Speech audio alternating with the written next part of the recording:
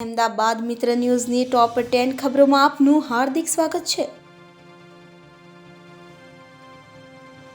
નો પ્રૂફનું જૂની પેન્શન યોજના લાગુ કરવા આંદોલન। તો અમદાવાદથી દાંડી સુધીની પેન્શન જાગૃતિ યાત્રાનું આયોજન કરવામાં આવ્યું। તો જુદા જુદા રાજ્યવ્યાપી કાર્યક્રમો આપવામાં આવ્યા હતા કે જેને સમર્થન પણ મળી રહ્યું છે, જેના પરિણામે રાજ્ય સરકાર દ્વારા એનપીએસ ધારકના આકસ્મિક અવસાનના કિસ્સામાં તેમના પરિવારને કુટુંબ પેન્શન આપવાનો નિર્ણય લેવામાં આવ્યો। પરંતુ નો પ્રૂફનો ઉદ્દેશ્ય નવી પેન્શન યોજનાને સ્થાને જૂની પેન્શન યોજનાને લાગુ કરવાનો છે, જે માંગણી હજુ સુધી સરકાર દ્વારા સ્વીકારવામાં આવી નથી।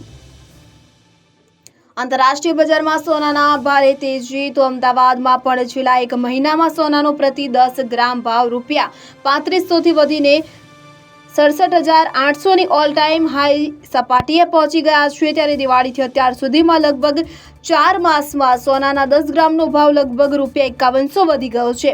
ફેડ રિઝર્વના વ્યાજ દર અંગેના નિવેદનો તેમજ ચીનની મોટા પાયે ખરીદીને કારણે સોનાના આંતરરાષ્ટ્રીય ભાવ સતત ઉંચકાઈ રહ્યા છે અને તેની પાછળ સ્થાનિક બજારોમાં પણ અસર દેખાઈ રહી છે।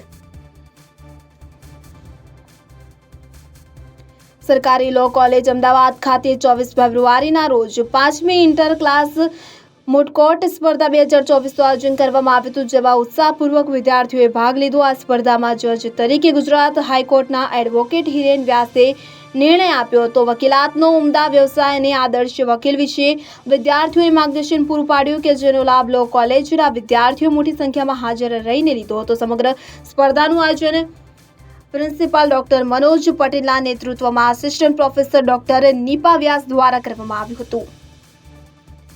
વિદ્યાર્થીઓ દ્વારા મતદાન જાગૃતિ અંગે રેલીનું આયોજન। તો જે સ્કૂલ અમદાવાદના શિક્ષકો અને સ્કૂલના વિદ્યાર્થીઓ દ્વારા મતદાન જાગૃતિ વિશે રેલીનું આયોજન કરવામાં આવ્યું હતું કે જેનું ઉદ્દેશ્ય અને માત્ર હું નહીં પણ મારો પરિવાર પણ મતદાન કરશે, આ સૂત્ર સાથે યોજાયેલ મતદાન જાગૃતિ રેલીનો મુખ્ય ઉદ્દેશ્ય બાળકોને મતદાનનું મહત્વ સમજાવવાનો હતો।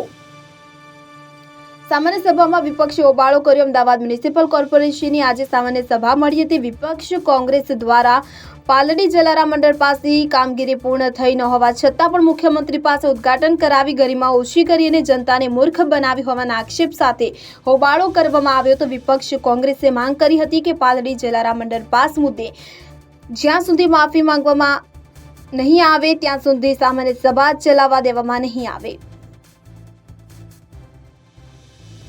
અમદાવાદના 36 વર્ષીય યુવકે શ્રી મિત્ર સાથે રોલો પાડવા કર્યા રિવોલ્વરથી સ્ટન। અમદાવાદના એક યુવકે મજાકમાં લમણા પર રિવોલ્વર રાખી ફાયરિંગ કરતા જીવ ગુમાવ્યો। પોતાની લાયસન્સવાળી રિવોલ્વરથી મજાક કરવું યુવકને માટે મોતનું કારણ બન્યું। જે સમય ઘટના ઘટી ત્યારે યુવકની સાથે તેની શ્રી મિત્ર અને ડ્રાઈવર પણ હાજર હતા। હાલ પોલીસે સમગ્ર મામલે તપાસ શરૂ કરી છે।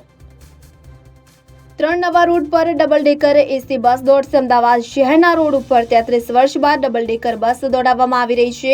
રૂટ નંબર 401માં વાંસણા વાડજ રૂટ પર ડબલ ડેકર ઇલેક્ટ્રિક એસી એમટીએસ બસની શરૂઆત બાદ હવે 13 માર્ચથી અન્ય 3 નવા રૂટ ઉપર ડબલ ડેકર બસ દોડાવાશે। લાલ દરવાજાથી સિલજ, નરોડાથી લાંબા સર્કલ અને સારંગપુરથી સિંગરવા ગામ સુધી ડબલ ડેકર એસી બસ ચલાવવામાં આવશે। હવે કુલ 4 રૂટ ઉપર ડબલ ડેકર બસ દોડશે। બાકીના 3 રૂટ ઉપર પણ ટૂંક સમયમાં બસો દોડાવવામાં આવશે।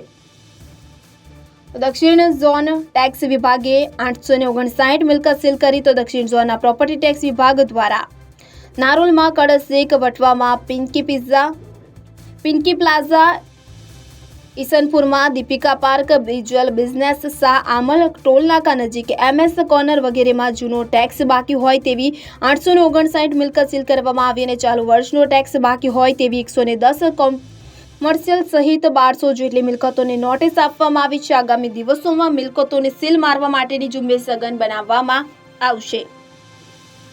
આનંદનગર પાસે રિક્ષાને ટ્રકે ટક્કર મારતા 4ને ઈજાઓ પહોંચી। વિરમગામ હાઈવે ઉપર આનંદનગર પાટિયા નજીક CNG રિક્ષાને પાછળ આવી રહેલ ટ્રકે ટક્કર મારતા રિક્ષામાં બેઠેલ ડ્રાઈવર સહિત અન્ય 3 મુસાફરોને ઈજાઓ થતા સારવાર અર્થે સાણંદ સિવિલ ખસેડવામાં આવ્યા હતા।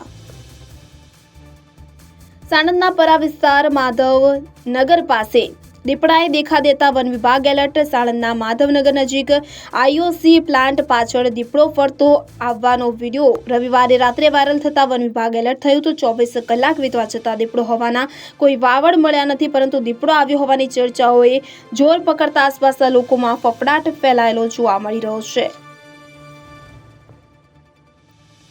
અહેમદાબાદ મિત્ર ન્યૂઝની યુટ્યુબ ચેનલને સબસ્ક્રાઇબ કરો અને બેલ આઇકોન જરૂરથી દબાવો, જેથી દરેક મહત્વના વિડીયોની નોટિફિકેશન તમને મળતા રહેશે.